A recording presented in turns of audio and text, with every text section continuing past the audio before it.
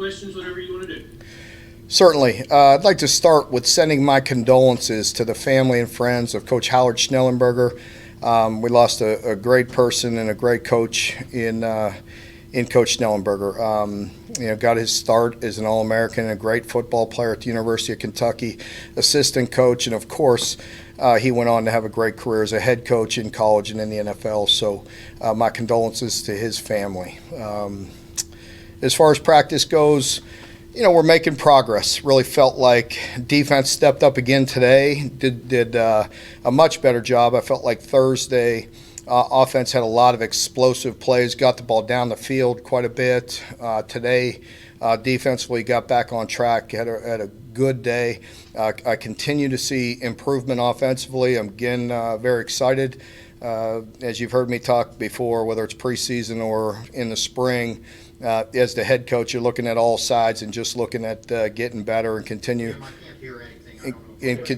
to get the program. Yeah, sure. I'm not hearing anything either. Coach, hang on. When we tested, the microphone was working, but doesn't seem to be working now. Let me go. Anybody there on site that they can?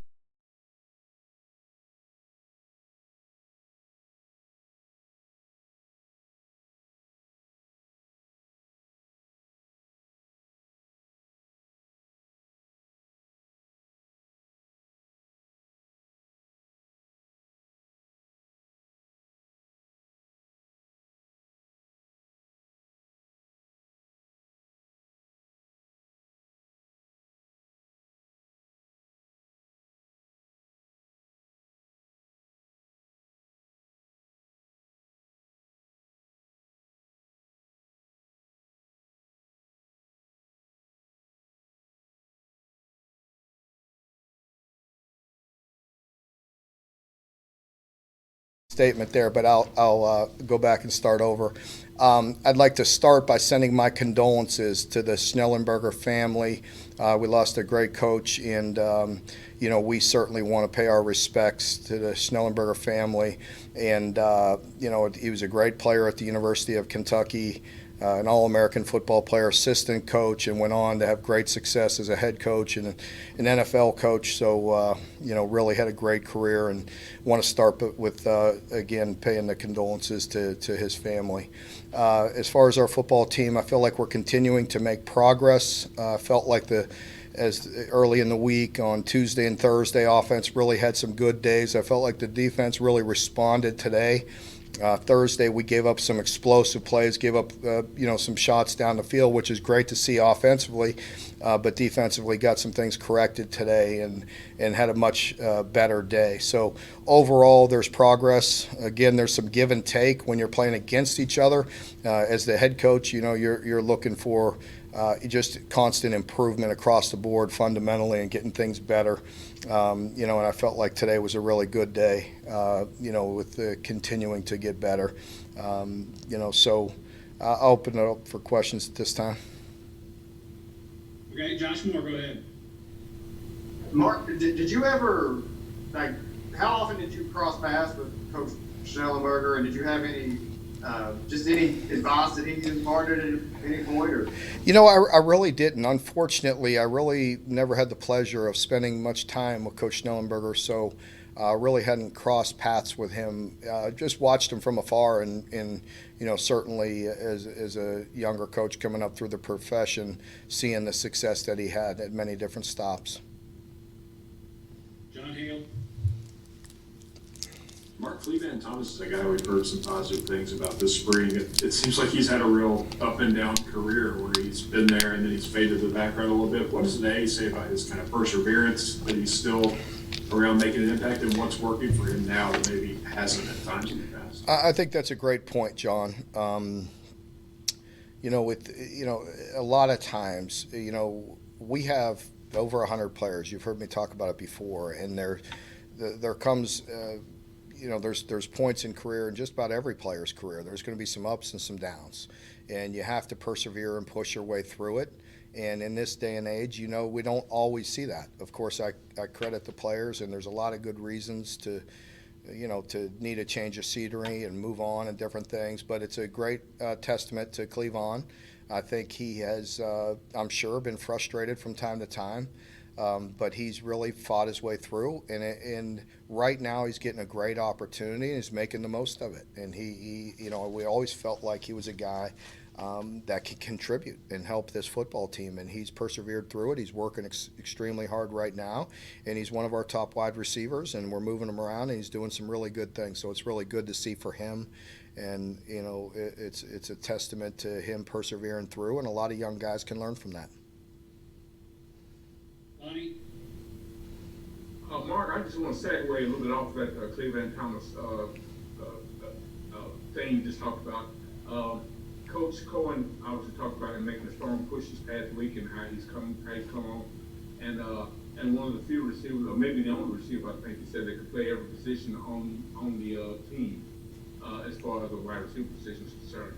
And having said that, at certain points in time, I guess throughout spring, certain people started to rear their head up, so to speak. Is there any other receiver that you may want to talk about that may be making a push at this point?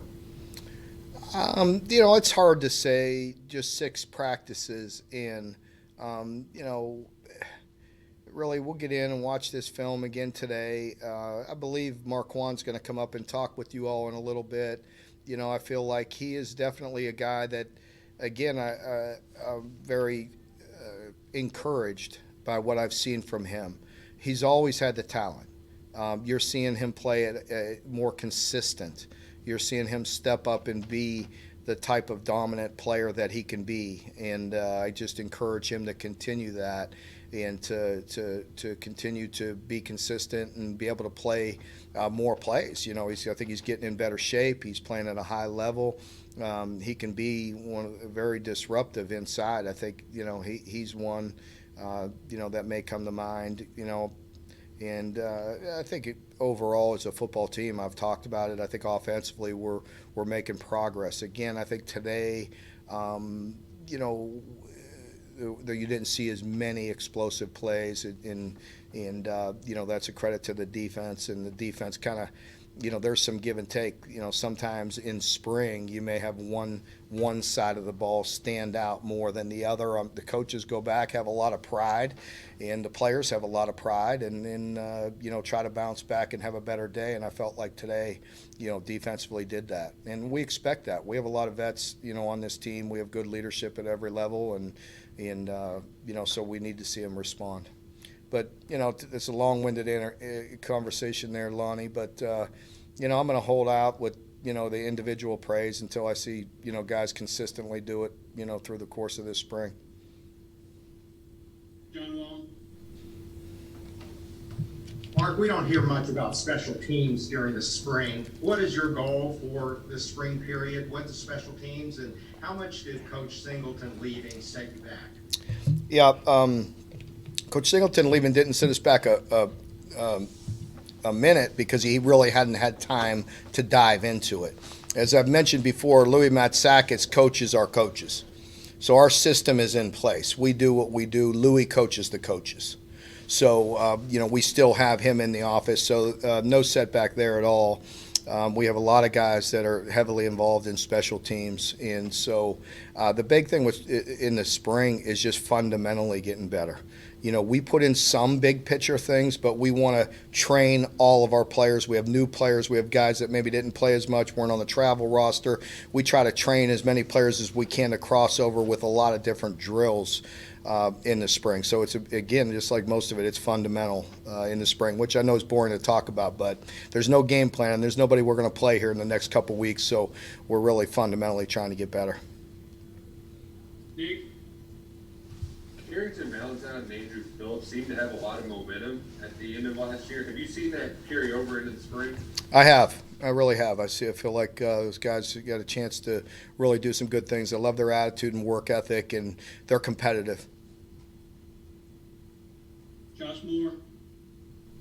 Mark, the pro day coming up this week, what are your expectations for that as far as just what it'll look like? I know it's fewer scouts and stuff that can maybe come in, and what, I know we're hearing a lot about Jamin and Kelvin, but what about the other guys that are going to be participating in that? What are your, just what can you maybe say about where they're at and evaluate?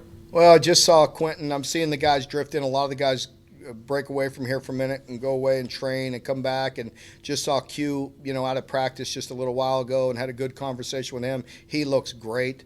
But all the guys, they're I love them personally. They've done an awful lot for this university.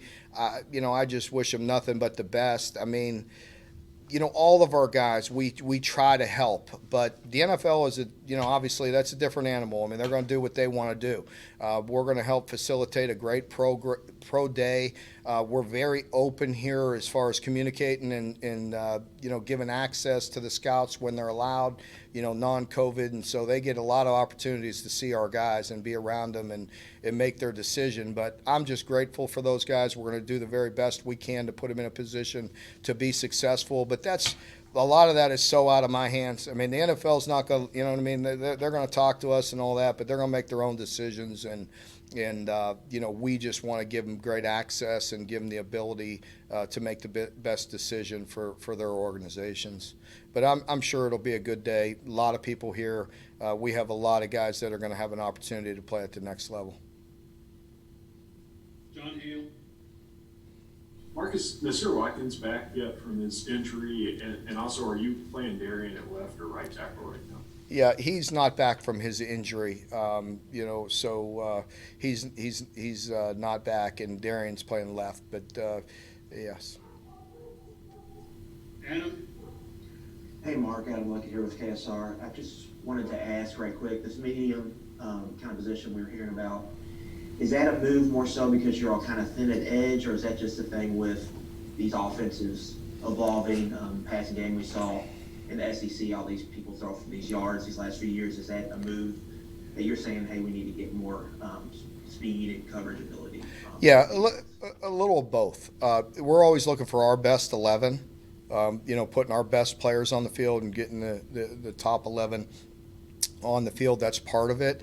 But yes, I think the versatility, the speed, the tempo, the spread that you're seeing, across, our league, you've seen it across college football for some time. I think that will help us. Yes, it gives us some more athletic ability on the field and lets Brad become a bit more multiple. Jeff Drummond. Hey, Mark, I'm assuming in that part where we had no sound with you, you gave a lengthy comment about the quarterbacks and how things are stacking. Just curious, though, from week 1 to week 2, what have you seen from those guys and their growth out there? Yeah, that's really disappointing for you guys because you didn't hear that, because I talked about the starting quarterback and the whole deal. So Tony screwed you guys. So no, they're getting better, and they are just like the rest of our team. And again, please bear with me with the coach speak, but it's the truth. I mean, we just got to get better. There's a lot thrown at them. It's a new system. As you put more in, there's a tendency to get a bit sloppy because you got to be able to carry over all the day 1, day 2 install, and then get the new stuff and put it all together and formations and the way he dresses it up and does things. There's going to be some ups and some downs. Overall, I see growth. I see improvement, and that's what excites me. And I see the guys really, eating it up, really putting in time, wanting to learn, investing in themselves to get better, and therefore it'll push the program forward. All right, we got 2 more. We're going to take Dick Gabriel first. Go ahead, Dick. Yeah, Mark, you were talking about the nose guard earlier, and with regard to your system, and I'm sure it changes opponent to opponent, but how much of that position involves making tackles, and how much does it involve? Well, I mean, Marquand just walked in. I'm just going to let him take over it. I mean, the big, big pretty right here. No, I think it's an important position for us. Being 3-4 and getting a big guy like Marquand that's explosive right over the center, that close to the ball. And that's what Liam was alluding to the other day. There's times when it could be very disruptive. And, Marquand and Justin and all of our noses, Josiah, I mean, those guys can be hard to handle in a one-on-one situation quite a bit. So it's important. The defensive line position in general, has to be very selfless. And, you know, we talk about being very unselfish as a football player, and really that position is probably the most important. They have to do a lot of hard work, a lot of dirty work, and they're right in the middle of it. You know, he lines up 3 inches from the football, and, you know, there's a lot going on in a short space there. And it's a big man's league, and they have to be very unselfish. And a lot of times that doesn't always show up in the stat sheet, Dick. You know what I mean? There's a, you know, and that's Right. and that's what you have to have. You got to have guys being dominant up front. That doesn't mean they're always going to show up with a TFL or whatever, but they're cleaning things up and taking on double teams and things of that nature. So it's really important. I've always believed, I mean, I've been a secondary coach my whole career, but it all starts right up front there. Again, these guys, he lines up 3 inches from the ball, and the closer you get to the football, the more technique and the more sound you need to be. And, you know, I feel like there's a lot of growth going on there, and we got to continue to push it at, you know, at a higher level there. All right, last question for coaches from Josh Moore. Go ahead, Josh. Mark, Vito Tisdale, you know, played quite a bit last year for a true freshman, and you know, I would assume he's making you're seeing growth there from year 1 to 2. That growth, though, for a defensive guy, is that harder for a guy on defense that's kind of playing young, and you know, because I can see the athleticism maybe explodes early, and then you're trying to, I don't know, I can see it being more difficult. Is that the case? No, I think, I mean, it's hard for me to say what position is harder to grow. I mean, I think experience matters. Experience helps. Just the comfort level of the calls and, you know, their assignment and alignment and responsibilities, all those things, just helps the older you get. The more reps you have involved, you know, the better you become. And I think, you know, all of our young guys, you know, I think you could see a big jump from year 1 to year 2. I think, you know, what you're alluding to is sometimes you throw guys in as a freshman and their athletic ability takes over and they can make plays and contribute. But there's always some growing pains with that too.